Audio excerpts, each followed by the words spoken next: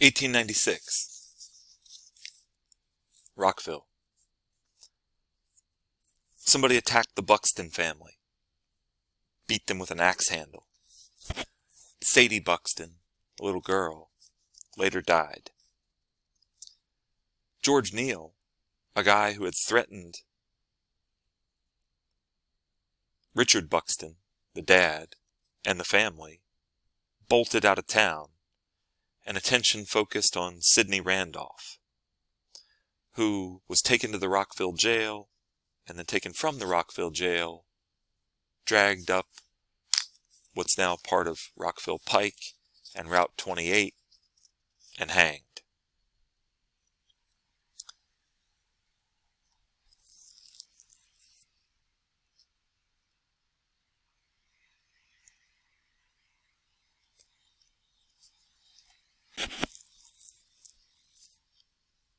The Republicans controlled the state government at this point, and Governor Lowndes was pretty loud in condemning the lynchers.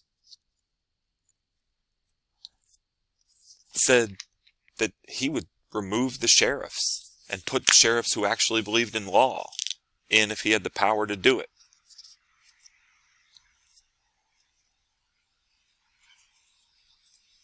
Nothing was done. No charges were brought.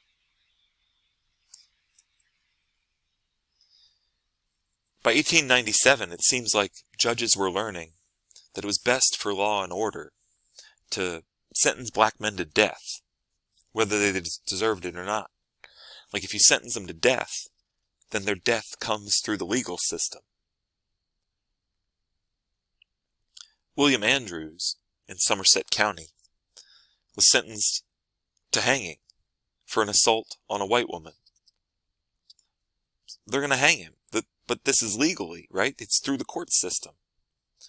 But now, that wasn't enough to satisfy local white people.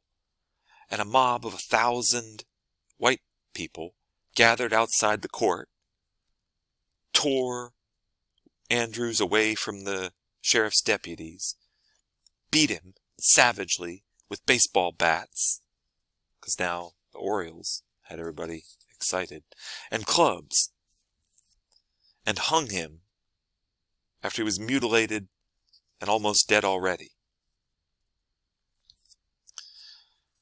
1898, Garfield King, Wicomico County, charged with shooting a white man, taken from jail, hung. 1898, Wright Smith, Anne Arundel County, accused of assaulting a white woman, and a mob of 40 took him from jail. He was gunned down while running down the streets of Annapolis, yelling, "Murder! Murder! This is murder!" By 1898, there was a black alderman in Annapolis, and he offered a resolution in the city council condemning the lawlessness of the lynching. And it got 2 votes from the city council. 1900, Lewis Harris, Harford County, charged with assaulting a white woman. This time the sheriff shot at the mob, but they dragged Harris out and hung him. Henry Davis, Anne Arundel County, taken from jail, dragged through the streets, shot, hung. 1907, James Reed, Somerset County, shot and killed the police chief, apparently. A mob beat him, hung him, buried him in a marsh, and then, apparently missed all the excitement, dug him up from the marsh to mutilate him some more. The town council of Crisfield in Somerset County, they had the votes this time, and they issued a statement in support of the lynching. Not the kind of votes I was looking for. 1907, William Burns, Allegheny County, shoots a cop, apparently, taken from jail by a mob of 2,000 and lynched. 1911, King Johnson, Anne Arundel County, apparently shot a white guy during an argument over a pool game, dragged from jail, shot to death. No one was on guard when he was taken. there was an inquiry, and it criticized the police for not protecting their prisoners. But they said nobody could be identified. Persons unknown.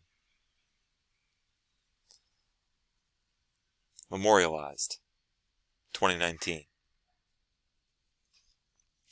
1931. Matthew Williams, Wacomico County, exchanged gunshots with his boss's son. Totally unclear to me what happened, but he was shot. So was his boss's son. A mob of 2,000 took him from the hospital's, quote, Negro ward, tied him behind a car, because it's 1931 now.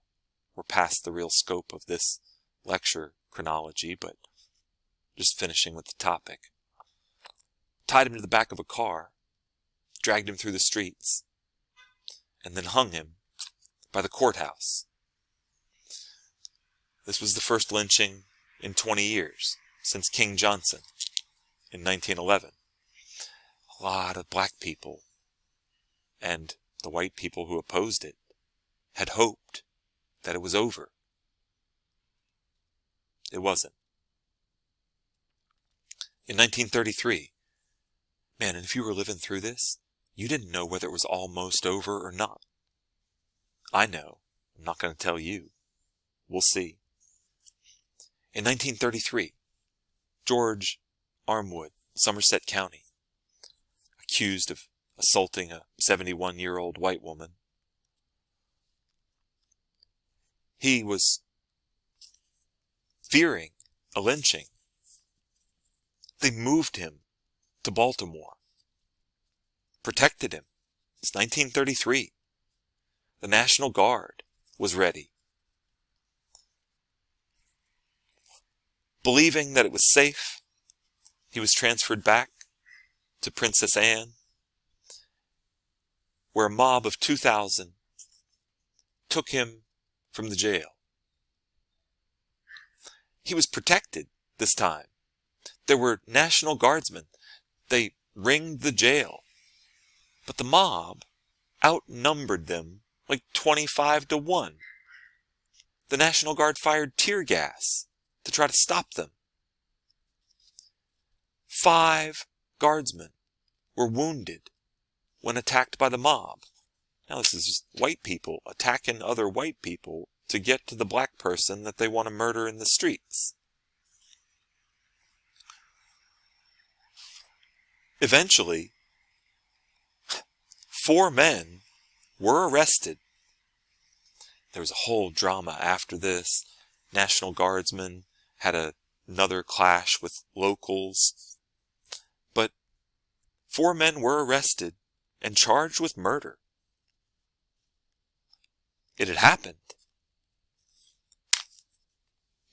Unlike that one earlier incident, it definitely happened. They were arrested. They were charged with murder. They went on trial. But the jury dismissed all the charges. No one was punished.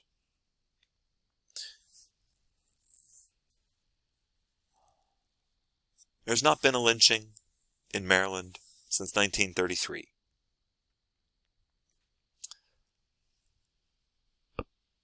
Hopefully, George Armwood was the last person lynched in the state.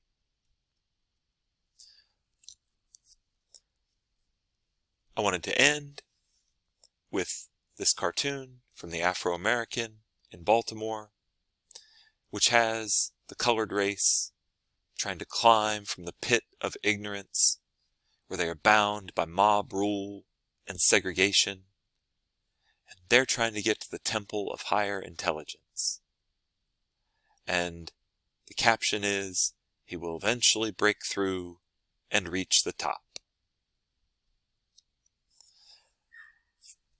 The integration of Maryland is still to come, but in part 2, we'll look at different aspects of Maryland in this time period. I hope you're going to love it.